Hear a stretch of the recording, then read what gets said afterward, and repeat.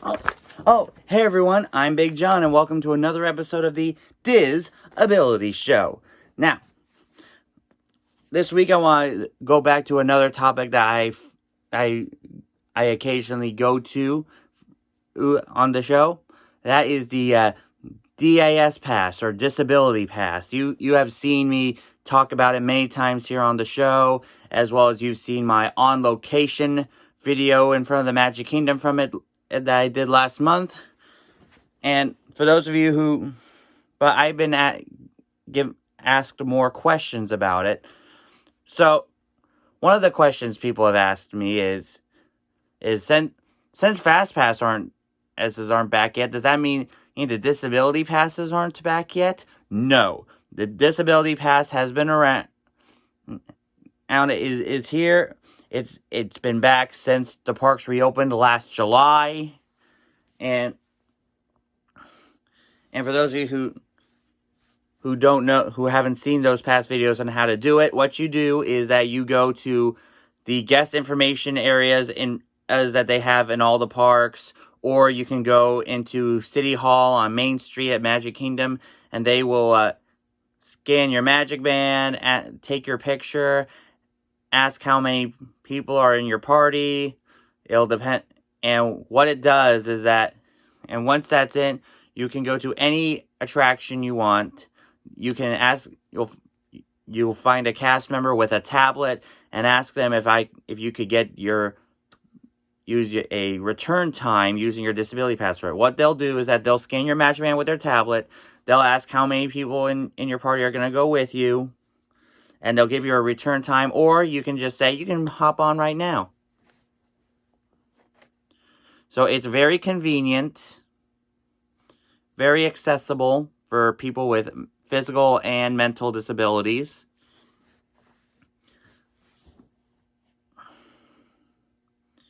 And it is very something to consider. It's something you should really consider if you're going to the parks and you have questions on how to do disability stuff. So it is very important that you get the pass. Very important. Because that way you can get on as many rides as you can, or if you have a return time, go do another ride, and then when your time comes around, you go right back to there. You'll scan your Magic Band on the Mickey thing. It'll start off as blue, and then the cast member will check and say you're good to go. So it is a very convenient thing to have. So that's my tip. Let me know in the comments if you have any questions on how to do Disney for people with disabilities, and I'll make sure it gets into a future episode. And now it's time for this week's Top 5. So, as we all know, Disney Plus has some great content, but not a lot of parks content. I mean, sure, they have the Animal Kingdom series, and they have the Imagineering story, but that's kind of pretty much it. And there are some other great parks stuff from childhoods and stuff that should be on Disney Plus. So, this week, we're going to visit the top 5 parks shows that should be on Disney Plus.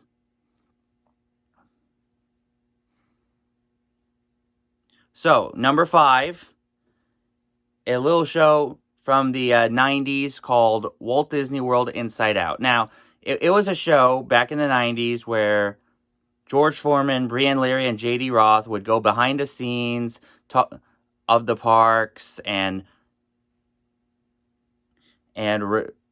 keeps people up to date on what's happening at Disney. And it lasted for a couple years, but I think it deserved to last a lot more. It was on the Disney Channel, and I think they need to bring it back or bring it on Disney Plus or both, because it was a very awesome show. All right. Now, number 4,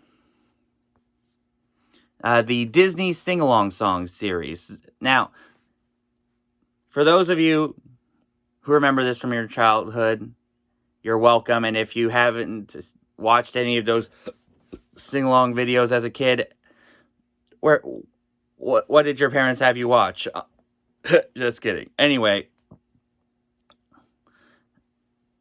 it featured some great songs from classic Disney movies, even some very special videos like Disneyland Fun, which they made back in 1990 to celebrate Disneyland's 35th anniversary. And I think that one in particular needs to be on Disney Plus. So number 3, a very similar series.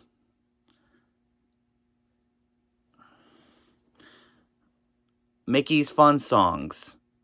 So it was Mickey's Fun Songs was kind of separate from the sing-along series until sing-along songs acquired that one.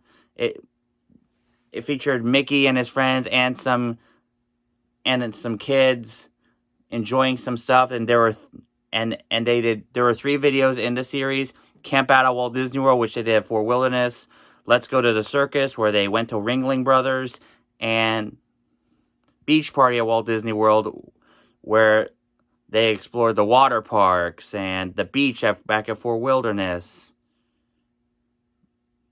And it's very good, and the Camp Out at Walt Disney World includes some gone but not forgotten Disney stuff like River Country and Discovery Island. Alright, number 2, and this is for all of my Disney friends who really miss watching this in their hotel rooms. Must do Disney. Stacy is amazing. I know she's not doing it right now. She hasn't been doing Must Do Disney right now because of COVID, but I think it needs to come back soon with her, and I think it needs to be on Disney Plus so we can be up to date even when we're not in the parks.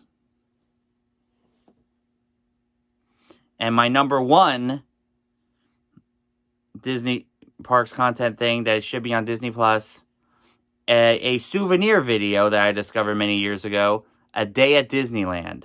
Now, this one they made back in 1991 and edited it for like 3 more years. It was a video of Mickey and his friends enjoying the park, showing all of the great attractions that they had back in the day, and it is a very entertaining and soothing video, except when you get to the Fantasmic part. But I think all of them should be on Disney Plus. And let me know in the comments if you have any ideas of what Disney or non-Disney parks content should be on Disney Plus. House of Mouse. And now, let's talk. So, this coming Thursday, we're going to be hitting a milestone. It will be this channel's 4-year anniversary. And I want to thank all of you who have been watching me over these past couple years, and people who are inspired by what this channel is really all about, doing Disney for people like me, people who are autistic, or people who have any other disabilities. This channel was made for all of you. And I don't think I would have made it this far if not for the support of all of you. And I want all of you to do me a favor. I want you, after you watch this video, I want you to tell your friends about this channel, have them subscribe, and get us to more subscribers. My goal in, say, the next few years is to get me up to 1,000. That way, when we get to the parks, we can do some live streams. And I know that you guys would love to see me do some live streams, and I would love to do that for you. So, thank you all for being part of this ride so far for 4 years with me, and here's to another 4 more. So, that's this week's show. As I said, let me know in the comments if you have any questions on how to do Disney for people with disabilities, and I'll make sure it gets into a future episode. Now for this week's shoutouts, we have some new shoutouts this week. Disney Inside Andy. Andy is a 15-year-old on the spectrum who talks about his favorite Disney stuff on his channel. Make sure you check him out. I'll give him a subscribe. Also, my friend Holly over at Just Lil Holly. She does a lot of shopping, unboxing, and toy reviews, mostly of Star Wars figures. Make sure you check her out if you love Star Wars toys and stuff.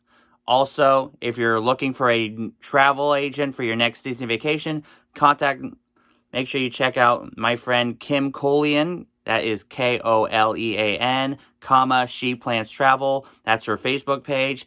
If you're looking into planning your next Disney trip, contact her, especially if you have someone in your family with disabilities. She is a mom of a young boy with autism.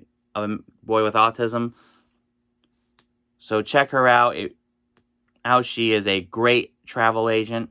Also, check out my new friend Bethany over at Villains and Vice. She does a lot of vlogging from the parks. Make sure you check her out as well. And as always, for the latest attraction news, make sure you check out my good friends over at Attractions Magazine. And until next time, have a zippity-doo-dah day.